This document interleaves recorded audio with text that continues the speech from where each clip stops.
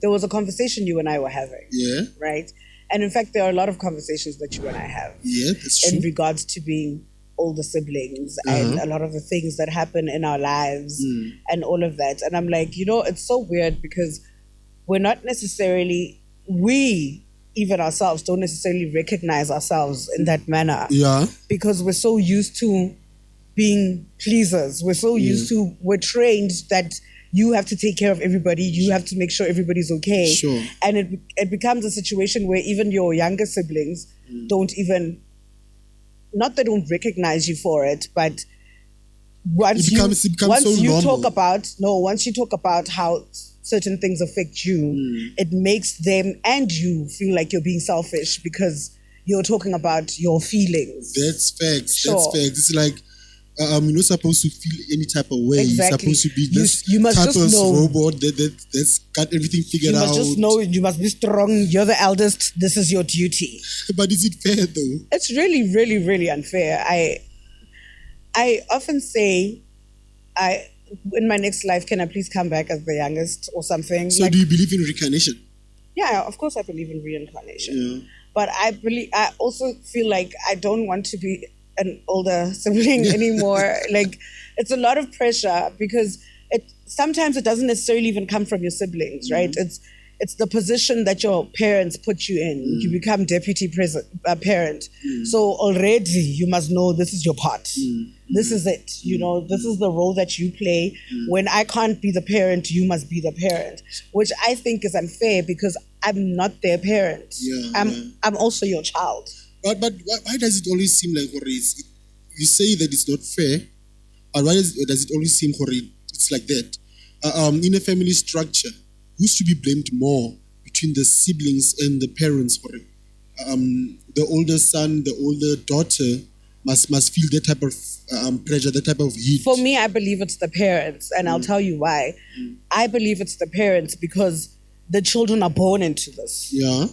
The children are born into this situation. They teach the children that the older sibling is the one that's your go-to guy. Yeah. That's your go-to guy. Anything you need, or even from a young age, like when you're playing with toys and then they're like, and your sibling cries for it, your parent will say, no, but you're older than, she's just a baby, give her the toy.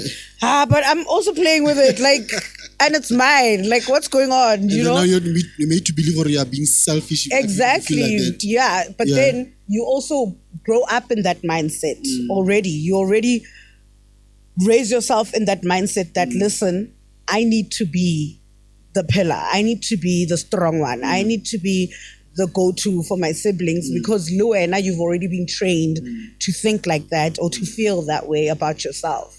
I'm a firstborn myself. I'm the oldest.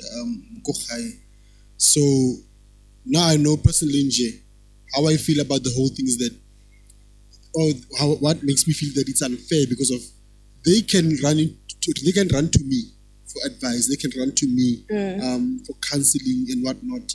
If ever they're facing some difficulties, it's just effed up that I can't do the same. Like I feel most of the time the problem lies because of the problem exists actually because of as the oldest, I really don't have anyone to go talk to because obviously like I have to have everything figured out. Sure. And then if I'm complaining or if I'm saying what I feel, it's like I'm complaining. Yes. And then I'm being whiny. And how dare you live your life for yourself? But what? How dare you live your life for yourself when do you got feel siblings? do you feel it's only a black people thing or? I can't speak for other races. I really can't.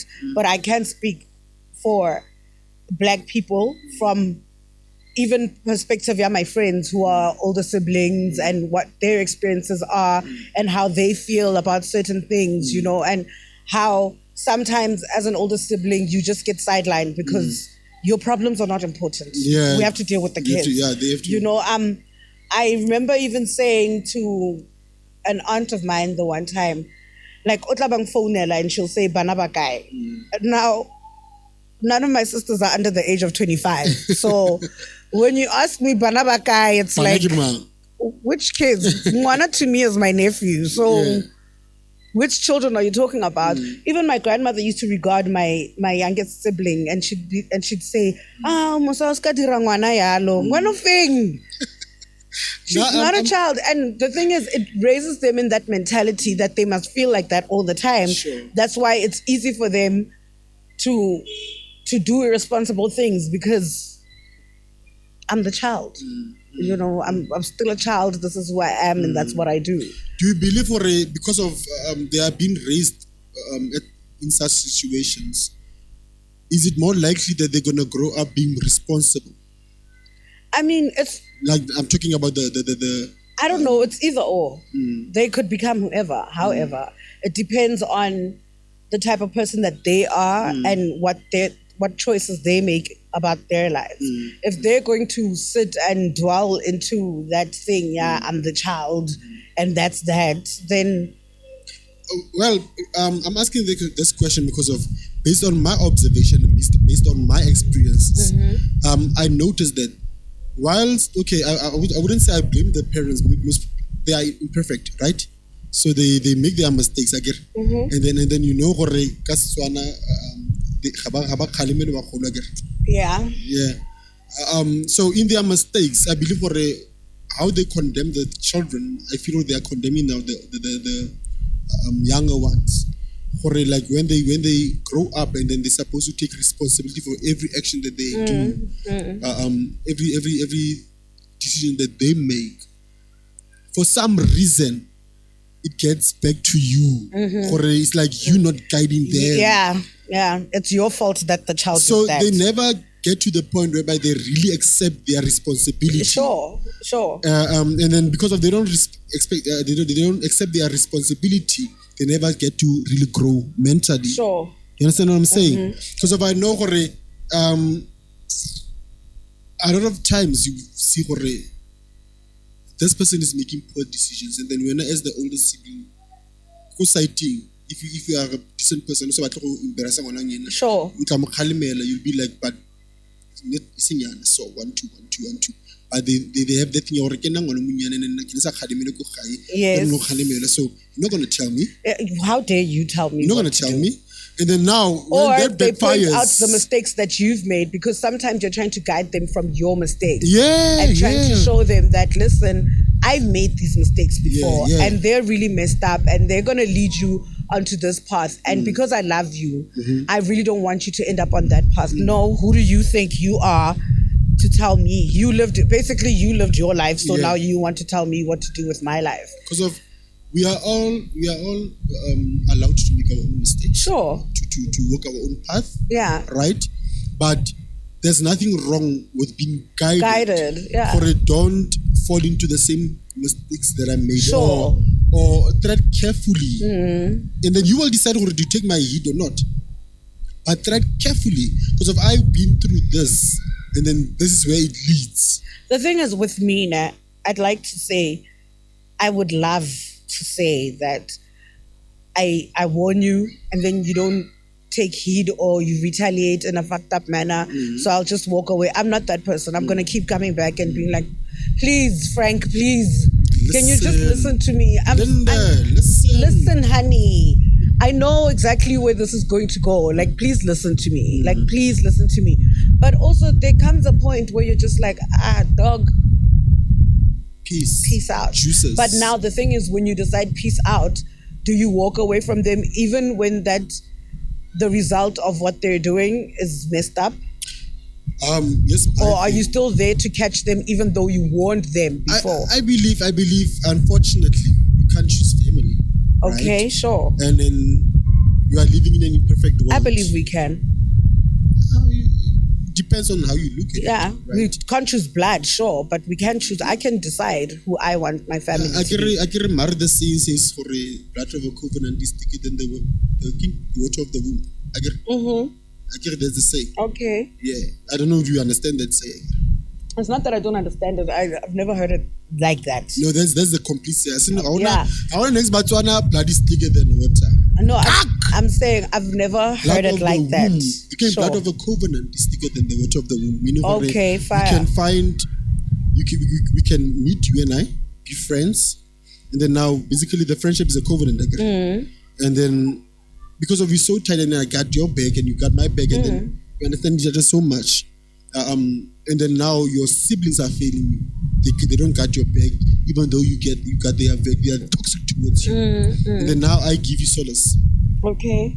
So now you see what our covenant is going to be thicker than the water of the womb. Yeah, because of you guys must come from the same womb. Sure. Right. But in any case, I believe still you can choose blood family, right? As much as you can decide, okay, fine, I'm going to let go of that part of my life, but they're still your blood. Yeah. Relatives, they're still your blood family. Sure, over there. Okay. Over there. Not here, there. No, you and I are speaking, right? That's effed up because of I can never ever let my sibling, even though I warn them against something, and then they do it anyway.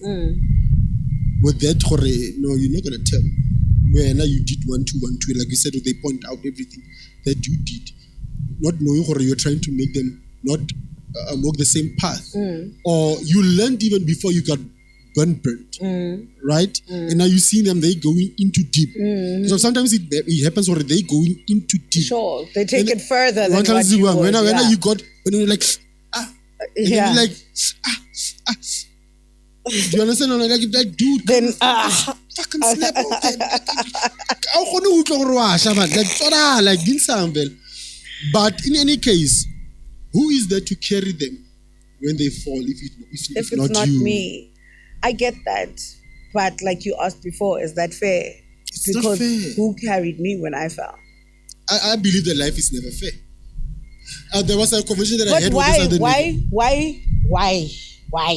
why can we just feel like, well, the world is not fair, and then we move on with our lives?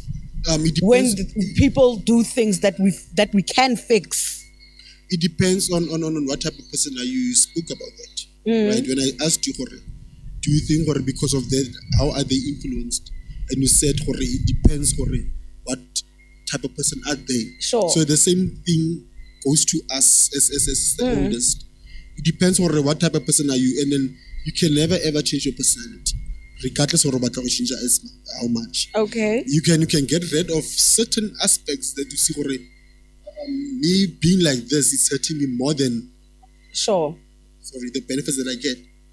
But you can never completely change the personality. So there is going to be that part of you, if you are carrying older brother, older sister, a caring older sibling, to be like, okay, but I cannot let my brother or my sister regardless of because that's how you were programmed. Yeah, that's how you were programmed. It's not something that you chose. That's not something you chose. But would you be able to no, I wouldn't, sister? because I've already been programmed like that. Besides that, like, my love for them will not allow me. Yeah, you get what I'm saying? My love for them let's will not forget allow the programming. me. But because I've been programmed to get in the middle of, like, step in the way before they fall into the ditch, it's even come out into my life, like, in general, my general life, like my personal life. I know for a fact that I've got an older sister complex. You know, I'm always trying to tell my friends what to do and what not to do, or trying to give them advice, or trying to say, you better keep quiet. Okay, sorry. And I'm older than her, by the way. So I do that a lot of the time, right? And I know sometimes it's really annoying, but at least sometimes some of my friends get it. Or, okay, it's the older sister complex. That's what she's doing. Sure. Like, I do sometimes, like, for example, I'll give you an example. Like, there were times where we'd go out with friends and whatever, and my friends would be drunk, and I'm at least a little bit focused, and I could see that whoever's dropping us off has, like, weird ass intentions. I would make sure they drop my friend off first and then me. You get what I'm saying? Because that's me trying to protect that situation. So that's who you are, right? It's in my nature. That's what I'm saying, you can never ever change who you are. So I believe it's more stronger when it faces now someone that you knew from when you were young, from their birth, or from their birth, and sometimes when you were even young, you grew up together, Sure. played together and whatnot, depending on the age difference at the same time. And then you know, this is my mother's child. And then programming comes into play where you are programmed, or you're supposed to be the protector if the mother is not there. Though I still feel as parents they need to realize that you are also burdening now your firstborn. Yes. Because of that firstborn is still a child. He's still younger than you. Still has his or her life to live, right? Still has his or path to work, mistakes to make, exactly, and the whole lot. But also the thing, it becomes really difficult for you to even have that conversation with your parents or your siblings, right? Because your siblings just feel like, what? Hey, whatever. And then your parents feel like, but that's what you're here for. Like, that's but what you've been. You everything. That's what you've been placed on this earth for. You need to take care of your siblings. Okay, why did you have so many children? Or why did you have kids at all? So there's a fine level, Musa, I believe. Though I said everything that I said, there's a fine level whereby we need to recognize toxicity.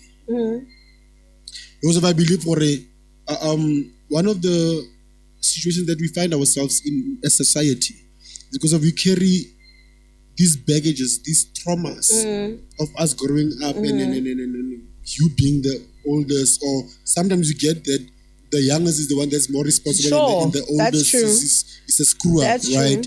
And then now you have to carry everything, but it causes trauma towards you.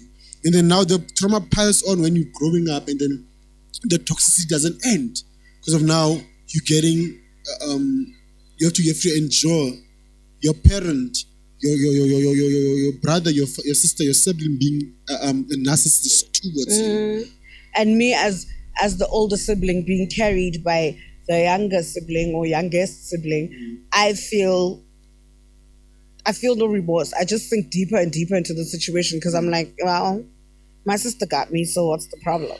For some reason, because of that's why I think mostly you would find if you are in that situation, you are dealing with narcissists. You are dealing with people that are toxic towards your life, but they don't realize that's what they are. So when what's your take? What drastic measure can you take to ensure that fine? Now I see my family in a way they're very narcissistic towards me, and then this toxicity is now putting me in a space where I don't want to be. I'm in a deep depression and anxieties and the whole lot, right? Would you? Because if I see what sometimes we seem as kaya, like people that left home and they were like, I ain't going back. Because sometimes the thing is, would you take that decision? For me, I feel like I would go out and find my own space and find my own things and think in my own way and have my own freedom or whatever. But I'd probably be a phone call away. I'd probably be like a stone throw away, like for Musa. Like that's what I think of myself. I think I'd still be there regardless.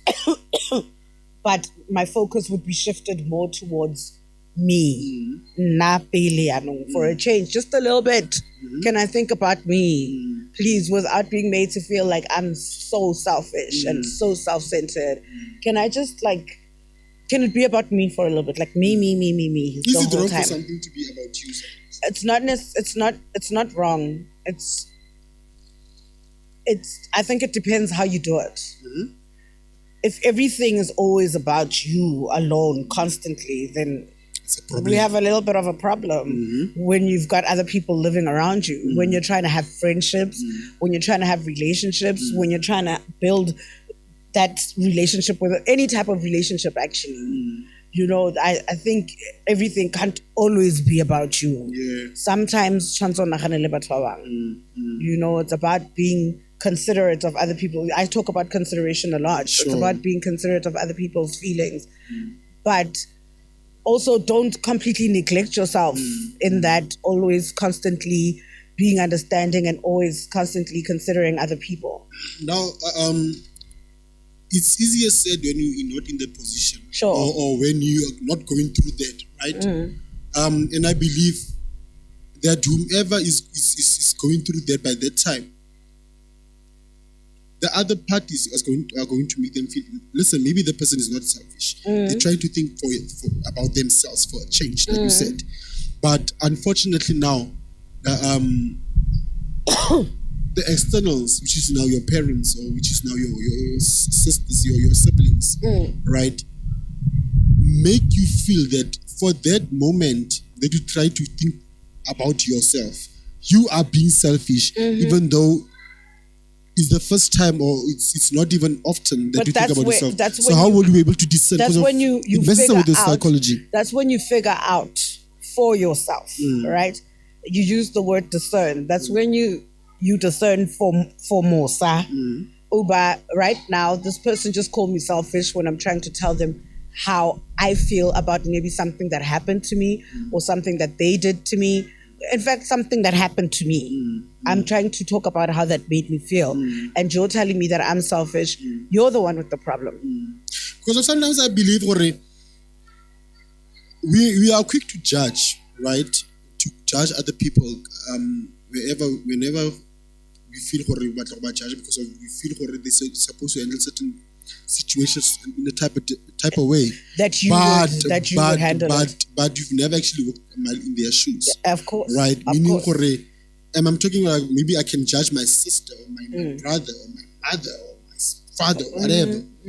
But I don't know what I've done to them to get them to that point.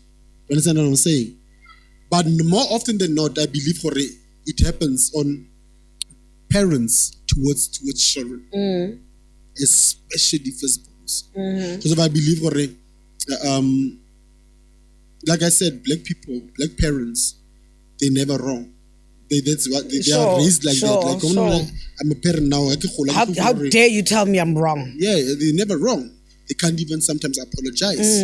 That's what I'm saying. So now you as an external, the child starts acting a type of way towards their parent. It becomes a taboo. Like, kanjan. How can Frank talk to his mother like that? But I don't know why you guys' relationship is like that. So, is it safe to say that we can blame society itself for not giving themselves time to sit down and really rationalize everything that happens? No, and also society teaching the children and everybody else that sometimes sit down and think first. Like it's something that you're taught, walk a mile in somebody else's shoes, but it's not something that's enforced. Yeah. It's not something that's enforced. So maybe if society did a better job at enforcing, thinking about being in somebody else's shoes first, maybe then we'd live in a different society. But what I want to ask you is, how do you think being the eldest has motioned your relationship dynamics? Man, that's a good question. Okay. I don't even know if I haven't. Always me with the great questions, right? Okay, I'll let you have that. But you say that all the time. You always tell me that's a good question. Toxic, this one. It's a very good question. I don't even have the answer to that. But I believe in some way or form it did shape. Right? Like I said, we all go through trauma.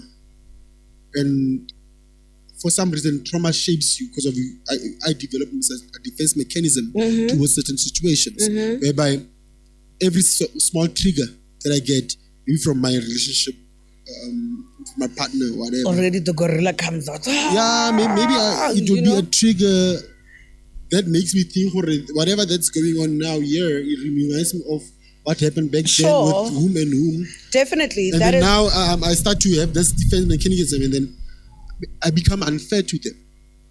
Do you know that's why I think it's important to have a conversation with somebody that your intention is to spend more than just a couple of hours with? Yeah. It's important to have a conversation about your background, like where you come from and the traumas you've suffered, and so that they understand when you're going through something so that they can explain to you, no, you don't have to be defensive. Let me explain to you. This is what I meant. I didn't mean it in that manner. And for them to figure out a way to not use it against you every time you guys get into a fight. Yeah, that's probably why your parents thought A, B, C, D, and D. That's probably why your sister said whatever she said. You get what I'm saying? I feel like conversations are really important. They are. Especially with people that you want to keep in your life. Yeah. It's important for me to know that Frank doesn't like it when I say "ngqa" to him. Because if I say "ngqa" to him, it reminds him of when his aunt once said "ngqa" to him after, whatever situation. But for you, it was a lot. So I need to figure out another way to say "ngqa" to Frank without necessarily saying "ngqa" to Frank. Because sometimes Frank might be deserving for me to say "ngqa." Yeah. But I can't say it because it's going to trigger something, that situation. That's very unpleasant. And that's why there was a girl who said, I think I heard her on TikTok, where she said, we think we are healed because we've isolated ourselves. But the thing is, once we walk into situations that remind you of that, it triggers. What you just said. Listen, I'm going to be honest. We're in a podcast. I like honesty. I won't share details. You're going to be frank. I'm going to be frank. I'm going to be earnest. Right? Those are my names, unfortunately.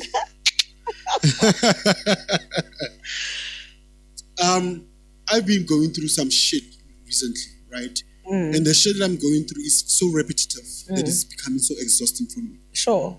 And now, what I realized when I'm in that space whereby I can't keep quiet anymore. Like I speak, I talk.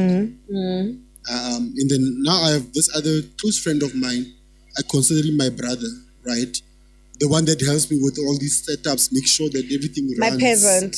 Right? I consider him my little brother. Sure.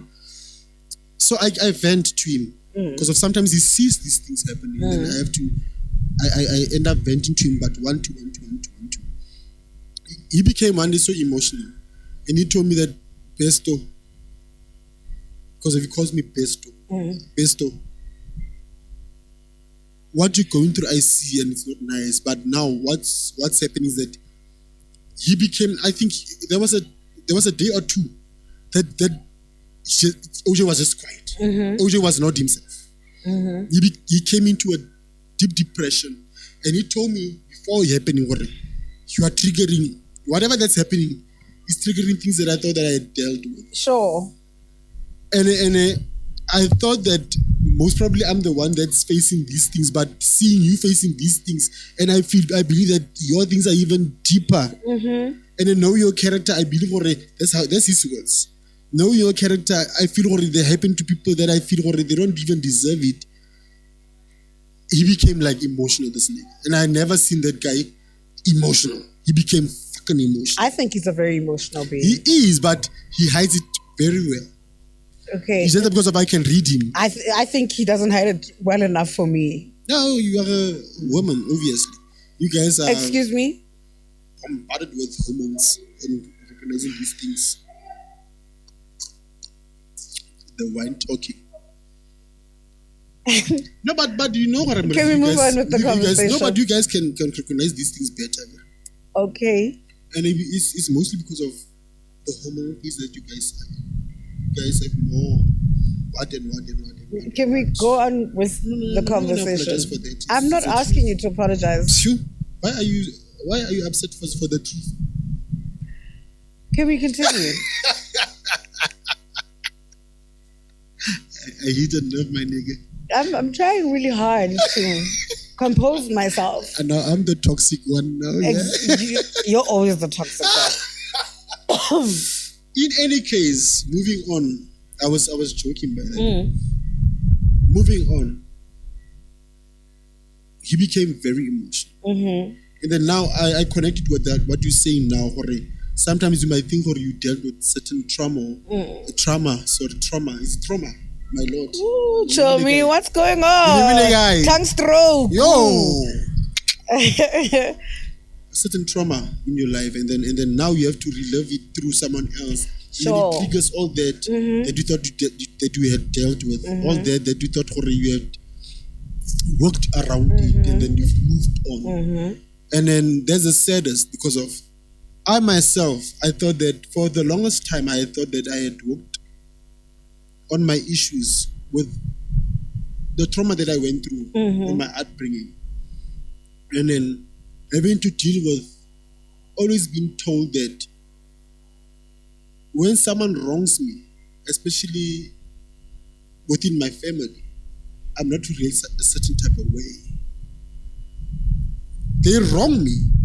Like you really literally embarrassing me, you literally insulting me, you literally demotivating me, you literally sabotaging me, you literally like doing like the most things, and I'm like, well, like, why would you do that? Whereas I compromise for you. And then I pull up and I react some type of ways like, why did you have to react that way? So I had to question myself a lot. Am I wrong to speak out how I feel? Am I wrong to be angry? You understand what I'm saying? Am I wrong to be upset? So that person is not wrong to satisfy themselves and then do whatever they want to do to hurt me. But I'm not supposed to be upset. Literally, this is a conversation I was actually having with my other friends the other day, where I said, it's easy for you to say to me, "Oh, just forgive Frank. He's your friend, man." But you're not thinking about how what Frank did to me has touched me, or like which nerve he hit and how much he hurt me and how deep he went with his hurt. You're not thinking about that. You're just telling me to be the bigger person. Here's the word. The bigger person. That's what I said. I remember once I had a conversation with my grandmother. I was going through the most messiest divorce, right? And then now they're trying to act like I'm to be blamed. I can never be blamed. We spoke about that once, because we never touched base on it that much. I'm not going to touch base on it. I'm just going to slide to it. And I remember asking my grandma, tomorrow, when should it happen I fall because of an heart attack, just like that, or I decide I take my life, will you guys be able to give me my life back? Right. I asked my grandmother. I was like, because so you don't question, but I'm like, okay, fine. You don't want me to question you. You just want to bombard your thoughts on me, your reactions for I'm supposed to react this type of way. Should I take my life, or maybe my heart stops beating because of what I'm feeling now, or fall into an intense depression? Will you be able to give me my life back? No, sure. Let's leave that one. If my life is no more because of that issue, will you be able to give me my life back? She kept quiet. I was like, exactly. So up until you can never be able to, if you say, "Oh, God, you can give me my life back," then I'll do whatever that you want me to do, so that I'll die and then you can resurrect. And then you can resurrect me. Maybe I'll be born again. I don't know. Right? No pun intended. Such a clown. Right? But up until you cannot answer that, then give me my space, give me my reason, give me my hearing. Try to look at things my way. And be mindful of what you say to me, because if you don't want me to say things that are not mindful towards you. Sure. I get it, it's a two-way street. Let's treat each other with respect. Yeah, I get it, it's a two-way street. So, be mindful to me. Is it wrong? It's not wrong, but in the African culture, wow, this child knows too much.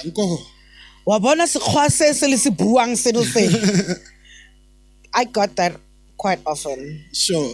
I'm used to it by now. In fact, it doesn't bother me anymore. Once you start talking about the fact that English, hey, whatever. I even said to one of my uncles the other time, you took me to the schools. The next thing, but you took me there. And here you are podcasting. Right? I just feel, but my thing is I feel like I stand on the same point every time we podcast. Consideration. Like, it's a two-way street. Eh? just consider other people. That's It it. goes both ways. That's it. If you want me as my younger sibling or as my older sibling to be considerate of your feelings or to help you with your situations and whatever, consider me too sometimes. Consider sometimes that I'm tired of dealing with this. Yeah, that's true. Sometimes consider that I'm so tired, I can't do this anymore. Sometimes consider not even I can't do it anymore, but right now, I need to focus on me right now. And do you know, just speaking from experience, what I've realized, listen, every parent has a right to want their child to better in life. Of course. They have every right. Of course. I think the trap that our parents fall into is to want to dictate as to what they deem as their children doing. Sure. properly in Definitely. life. And then, as long as the firstborn or the child doesn't follow what they had in mind for them, Then it means that they are screw ups. you're a fuck up. That's it. And then they don't realize how much that demotivates, how much that hurts, how much that dents the child's especially character. the demotivation part. Yeah. Because you start feeling like they think I'm a fuck up anyway, so Because of, I believe for Runa, like, and that one I believe, I know for a fact it's mostly on black parents. They have their standard.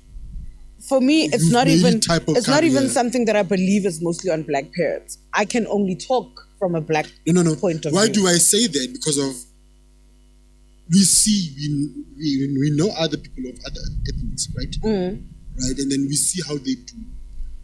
We see how they live. We see how Indians live. We see how Chinese, Asians live. They are in our country. You would find even someone younger than me running business at Gokhai. Because that's what their parent told them they need to do. But Not necessarily No. because those were that person's but dreams listen to what I'm and saying. ambitions. Listen to what I'm saying. You would see that happening. And then jiggy, that okay, fine. Maybe they were, I don't know what they told. But now, later on, you see that same person owning that type of business or some type of business, right? Making it big on their own. Because of, though hair, but they are being trained. I'm doing visuals. I had a talk with my son the last time, last week. I told him that I'm building an empire for them. So whatever that he wants to go study, I will never get into his way. That's what he wants to study. But I want him to know he has a fallback on. Okay. And then should I not be able to go on, and because I'm old or I die, I need him to be in robes for it. He must be able to continue the legacy that I'm building for them because of each generation as well. Sure. Now that's my definitely belief. the intention. I believe in generational wealth because of why people are surviving with generational wealth, and then we want to be better about. But what are we doing? We only believe for it. The only time as a child when you make it early engineer, doctor, a career, But I don't lawyer, think- career, and then they find another I replacement. don't necessarily Your think child's that's not how it going is to with benefit from it. millennials and Gen Z. Listen to what I'm saying, Sasa. Okay. We still existing as harimu millennials again. Millennials. Yes, we are Okay, fine, millennials. but no, Yana, we're trying to break we're trying to break we're trying to break the curse. We're trying to break Sure. the mentality anyway. But us trying to break it, we are breaking out program this type of way. Of course. Do you understand? So we need to talk about them because there are a lot of course. people that still exist and then they go through the same thing. That's what I'm saying for today. You will find a lot of Asian young people, wealthy as SF, white people. They know that they are sorted out. Listen, you can go study your doctorate and then get your doctorate in medicine or psychology, whatever that you want to do. It's fine. we allow you to practice it, and then you can get that thing that is only just pocket money for you. Do you know I know that? there's a guy who studied to become a Dr. Ken Young or whatever his name is. He's an actor in America. The short guy who talks so much, he's on The Hangover. The Asian guy. The Asian nigga, He's actually a doctor, like a qualified doctor. He's also, I think, in Transformers. Yeah. I guess. Yeah, so. he's also in Transformers. Yeah. I think, I don't remember the name, but it's also there. Yeah, it's fine.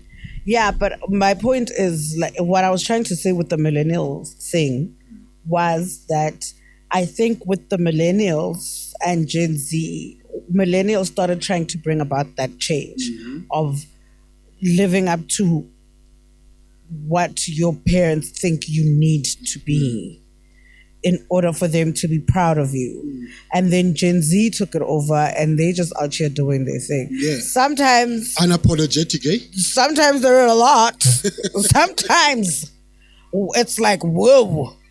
Hold up. You know, but I will give them kudos for being carefree. Like, because it takes guts. Millennials still do think about things like that sometimes. Millennials still think about, what would my mom say? What would my family say? No. Do you know what is the saddest part? Is that when pursuing such type of careers, because they're also careers, especially within the business world, right? Because business is very broad. Whoever is being hired today is hired within the business. I don't care what the sector is. They are working for a business. Sure. I don't care, is it government? Yeah. I don't care, is it private sector? It's a business, right? So now you coming from a disadvantaged family, or you coming from a family whereby your parents have pushed this far to make you at least a bit comfortable. And then you feel, man, I need to take this that far for my children, from my siblings' children, from my generation, to be able to even be on the level of morbid else. But you see, that's the mistake that sometimes our parents don't make. Sometimes our parents don't involve, like what you say the Asians do. They involve their kids in the business from the jump. You do. Whereas sometimes in our situations, yes, your parents are wealthy, they've brought you into the situation and whatever. Then something happens and they pass away, and now you're left with the situation and you have absolutely no idea what to do with it. You have no idea. Tomorrow, I blew it. Exactly. I blew it. Because Frank doesn't know. He didn't know what to do with that situation. You understand my point? Given. Yeah. I mean, I can even recall a couple of instances recent. Beyonce and Jay-Z, them were ridiculous to introduce who's this child? Blue Ivy into the industry. She's too young. Ooh, dude, fuck you, man. They know what they're doing. They know what that thing can do. Blue Ivy banally privilege and so. But they're not going to live forever. Also, can everybody try to mind their own business? I don't know why. No, I don't know. Blue Ivy must be exposed to this life, must know the channels that they follow, and how it comes about, and what it takes to be like. Do you understand what I'm saying? They're giving her light to the privilege, right? So that should it happen where they lay their heads, they cool. Zinhle was being ridiculed. It was really one of my South African we are so judgmental. Hence, I was like, can people just try to mind their own business? Like, we're so poor. Like, focus on, my grandmother always used to say, my grandmother always used to say, it's a Sesotho idiom, I think. Before So, fix your situation. Fix your situation. Never mind what's going on next door, because they're moving on with their lives. Danko? You need to fix what's going on here. You out here sitting in a shack with a roof that rains and whatever, but you on your phone judging other people. Like, come on, nigga. That person not going to ever drink. So do you understand what I'm trying to say? We're so obsessed about other people's life. We're so obsessed about being naysayers. We are so obsessed about finding fault, Negativity. about being negative, that we don't even take note. Hore, this is actually how it's supposed to be done. Bring your children in your business. Sure. If you have a business. If you don't, it's also fine. We don't blame you. You come from apartheid, so you did your best as much as you could. But if your child feels horrible, they want to elevate your surname, your sbok, or put it to another pedestal, allow them to be the biggest support, be the biggest fan. Believe me, the person is going to achieve everything. Definitely. I remember I follow McG a lot, right? And I remember when he reached a million subscribers, he did a lot of podcasts. He did a podcast talking about his experience. He did even a podcast with Fresh Them. What touched me is his journey, right? He spoke about his journey, and then his journey was not immediate sensation. Sure. Sensation, whatever. He had to work hard. But what I took from the whole thing is that the mom, from the get-go, the mom was the one that put him in on television. The mom was him that introduced him to the limelight when he made him go audition. I think was it for Crazy or whatever. Okay. I think it was for Crazy, not Yoti. Okay. But he once was a presenter. It's one of these two things, Yoti or Crazy. So the mom actually enrolled him and exposed him. So from there on, he went to do shows, Kuma Radio and what, and then he messed up. Right? There are some things that he did, and then he got fired, and then he fell. But what I took up from the whole thing, regardless of that, the mother, because she could see a vision, she could see something big. She was the biggest fan. She believed in She was the biggest fan. Even when he started the podcast, the mama still was like. That is why he made a special episode for the mother in G. Because of the mother was like, unconditional, I'm going to support you, my son. If you fuck up, it's fine. I got you. I think to a certain extent, your mom is like that. Like, your mom is like, I remember when she was like, with our first interview, she was like, ladies, our interviewer. No, next, Mosa. You guys are interviewing me next. And I'm like, yes, Mama Polly, don't worry, we got you. My mom is a princess. She's not perfect. Heaven knows that we do have our fallouts. Heaven knows that there are sometimes that I don't see eye to eye with her, or she doesn't see eye to eye with me. And then sometimes I feel I need to just fine tune her. Mama, now you're losing focus. Or she fine-tune me, you're losing focus. But she's my support. She's the one that it took some time. It took some time for her to get into that. It took some convincing. But when she understood, and I understood what she was not exposed to such. This is new things, right? As black people growing up, we only saw Makarabo in generation. We didn't know what it takes to be a Karabo in generation, or to be a Susikloma in generation, right? We never knew. So now only in the world of social media, we are getting exposed to these things. We are getting exposed to, okay, it's possible. But now we, as the millennials, as we say we are millennials, I don't know. Nagile 89, so I'm not a millennial. You're a millennial. Okay, gosh. I'm not. Gen Z guys. You wish. In any case, we caught on faster because of we're young. So they're gonna have. You're going to have patience. So many Trump strokes in one day. Nigga, come on. I don't know. All the F is You're running out of English bundles. Nigga, please, OJ, please load me up, eh? Load me bloody up. You're going to have to be patient for them to catch on. But what I loved is she caught on. Okay. And then when she caught on, she was like, okay, I got you. I support you. And she like, Heaven knows, whenever I release an episode, she like hoists it to her friends. Eh? With that being said, though, with in regards to us needing to be patient with our parents, with this lifestyle change and how things are starting to happen and like technology works and all of that. Do you think then, as older siblings, we need to learn how to be patient with our parents in that regard as well, in regards to them making us deputy parents? Yes and no. Okay. Right. That's why I said it depends on how you do you look at it. But I don't feel like it's all bad, but you need to be able to say to your mom or your dad, but now this is too much. Remember, I'm still a human being. Okay.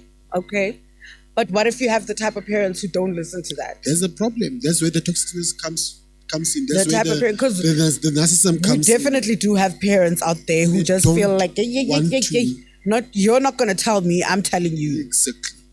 That's where you get to recognize the toxicness. I think that's one of the reasons I love my dad so much, that sometimes he talks to me like an adult instead of like a parent talking to the child. Yes, there are moments where he talks to me and I'm just like, dog, listen, I'm grown. Sure, okay? But for the most part, my dad will have a conversation with me and he'll talk to me as an adult. And I can tell him that, listen, you're calling me too many times about your other kids.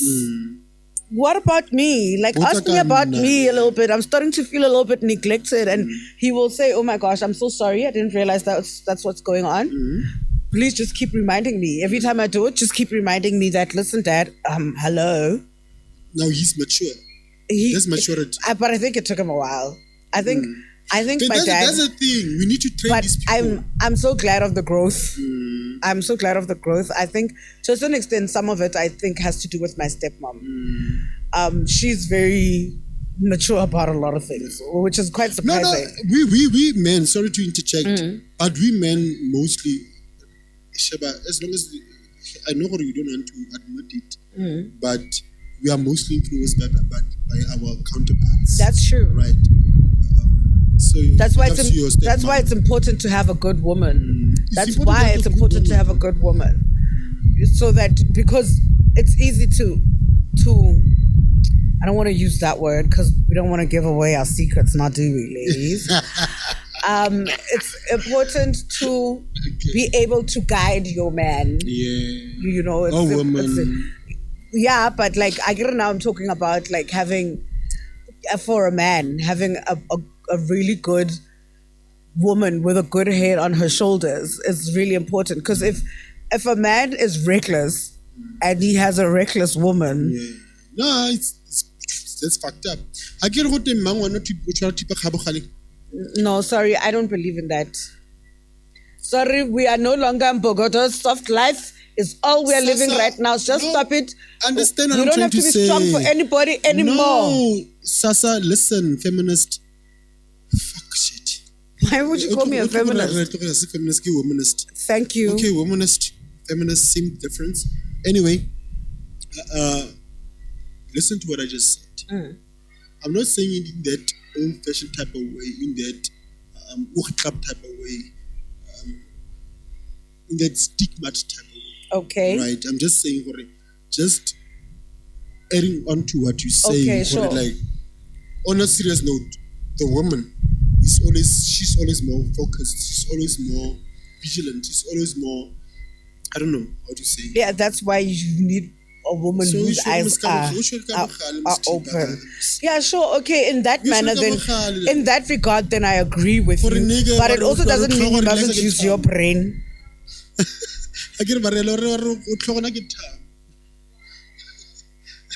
Sure. Okay. No, we use our brains. I'm not a guy that doesn't use their brain. There are some niggas. What's up? I'm just listening to you. I'm congratulating you on being a nigga that uses his brain. No, thank you. No, I do. I use listen, I believe I'm a that nigga that uses their brain. Okay. I'm glad. But it pains me because I see people, I see men that really literally fail to use their brain. And it saddens me. And they can't even use their brain towards their families, towards people that they say it's their children, towards someone that they say who is their lifelong partner.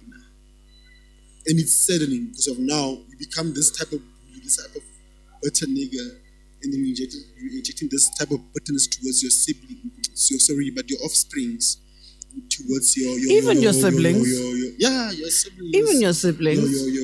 your woman or your wife, your lifelong partner, however the case you might choose to call it. I've seen that. I see that happen, and it's sad because of such a person. They become so detrimental towards the success that their children can bring to them. Or to themselves. Right? They're like a ticking time bomb. They become so detrimental to the potential that the woman can support them to be the best person they can be. And it's so sad that there's so many of them. It's sad. And for some reason they convinced her they are right. For some reason they can't be told anything. And then I'm like, it's sad. This is truly sad, right? Because of tomorrow. Or when you're like on your deathbed and super sick, then you're gonna be like, oh, my children.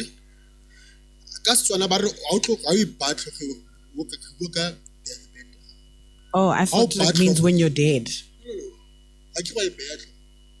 Okay. Anyway, in closing, Frank, do you think you're a good older sibling? I don't know. Do you think that about yourself? No, I believe so. Because of what my especially my brother when there are certain things that he can talk to me and then he admits for about you. I don't want to lie one to. But that's his opinion. Sometimes it changes. I don't know. Right? It's weird because sometimes he's wretched like that. No, Linda, it's like that with me. I believe I'm so amazing, but there'll be times where they'll tell me, "Oh my God, you're so amazing," and then one day they just snap. And then you the worst person shit. in life. Yeah. And I'm just like, guys, can do what happened to like the most amazing sister. You know. So that's what I'm saying. Listen, it doesn't matter what I think. Yeah, of course. It matters how they think. Because they're your siblings. Right. But though that being the truth, or though that being the issue, I know myself. Fire. So I'm gonna always sift through the toxicness. Sure. And I know this one is just trying to be hurtful, but they ain't talking the truth. Fire. I can remember you also have history. You also remember the history that you guys of course have. So I'm always gonna sift through and be like, nah. And they just gaslighting because they want to whatever be hurtful or they want to justify all the shit that they did. But in general, I believe I'm the best brother. Considering what they went through and how I was able to handle the whole thing, I believe so. I'm starting to be correct. They can correct me. Keep it up, brother. Yeah. And in closing, I would like to say for families, especially parents. In conclusion, hey. Parents, listen to your children. Please. Listen, it's important to listen. You are older, you have more experience, you are wiser. Yes. But at the same time, even a professor can be made to notice a mistake by a student. That's true. Hence I said sometimes. A professor. Also, parents, don't burden your kids. To all my friends and all my people who have carried my children, which are all my nephews and all my nieces, guys, let's be better. Let's be better parents. You know, let's do better. Let's work harder on ourselves so that we don't have to take our frustrations and issues out on our kids. Yeah. You know. Yeah. That's all that I had to say for today. Listen, black parents, especially black parents, support. Be the biggest fan of your child's decision, Fire. career-wise. Also, shout out Do to that. Mama Pori. On that note, Remember, self-love is self-care. peace. Ciao.